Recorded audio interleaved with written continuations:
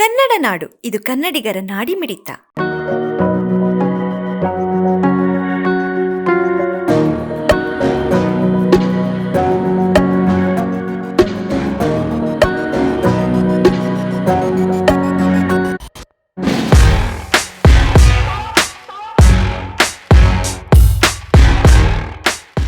ಬೆಂಗಳೂರಿನ ಬಹುನಿರೀಕ್ಷಿತ ನಮ್ಮ ಮೆಟ್ರೋ ಹಳದಿ ಮಾರ್ಗ ರೈಲು ಸಂಚಾರಕ್ಕೆ ಪ್ರಧಾನಮಂತ್ರಿ ನರೇಂದ್ರ ಮೋದಿ ಅವರು ಭಾನುವಾರ ಹಸಿರು ನಿಶಾನೆ ತೋರಿದ್ದು, ಈ ಮಾರ್ಗದಲ್ಲಿ ಸೋಮವಾರದಿಂದ ವಾಣಿಜ್ಯ ಸಂಚಾರ ಶುರುವಾಗಲಿದೆ. ಹಳದಿ ಮಾರ್ಗಕ್ಕೆ ಚಾಲನೆ ನೀಡಿದ ಬಳಿಕ ಮೋದಿಯವರು ಅದೇ ಮೆಟ್ರೋ ರೈಲಿನಲ್ಲಿ ಎಲೆಕ್ಟ್ರಾನಿಕ್ ಸಿಟಿ ಮೆಟ್ರೋ ಸ್ಟೇಷನ್ ವರೆಗೆ ಸಂಚಾರ ಮಾಡಿದ್ದಾರೆ. ಮಹಿಳಾ ಲೋಕೋ ಪೈಲಟ್ ವಿನುತಾ ಅವರು ಚಾಲನೆ ಮಾಡಿದ ಈ ಮೆಟ್ರೋ ರೈಲಿನಲ್ಲಿ ಮೋದಿಯವರೊಂದಿಗೆ CM Siddaramaiah, DCM DK Shivakumar ಪ್ರಯಾಣಿಸಿದ್ದಾರೆ.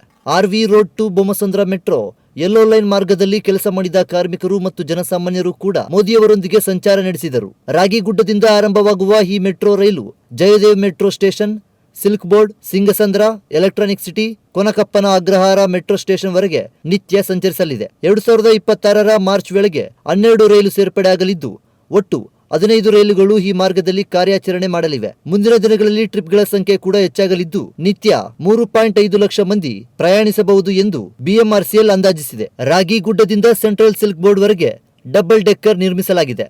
Double decker ಫ್ಲೈಓವರ್ನ ಮೇಲ್ಭಾಗದಲ್ಲಿ ನಮ್ಮ ಮೆಟ್ರೋ ರೈಲು ಓಡಾಡಲಿದೆ.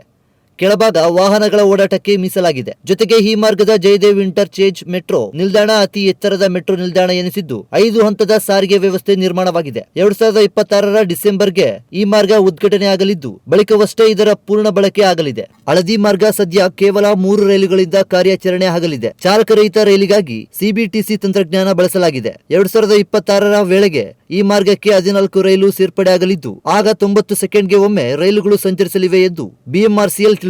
ಸಮಗ್ರ ಸುದ್ದಿಗಳಿಗಾಗಿ ತಪ್ಪದೆ ನೋಡಿ ಕನ್ನಡ ನಾಡು ವಾಹಿನಿ. ಸಬ್ಸ್ಕ್ರೈಬ್ ಮಾಡಿಕೊಳ್ಳಲು ಕೂಡಲೇ ಪಕ್ಕದಲ್ಲಿ ಕಾಣುವ ಬೆಲ್ ಐಕಾನ್ ಕ್ಲಿಕ್ ಮಾಡಿ ನೋಟಿಫಿಕೇಶನ್ ಪಡೆಯಿರಿ.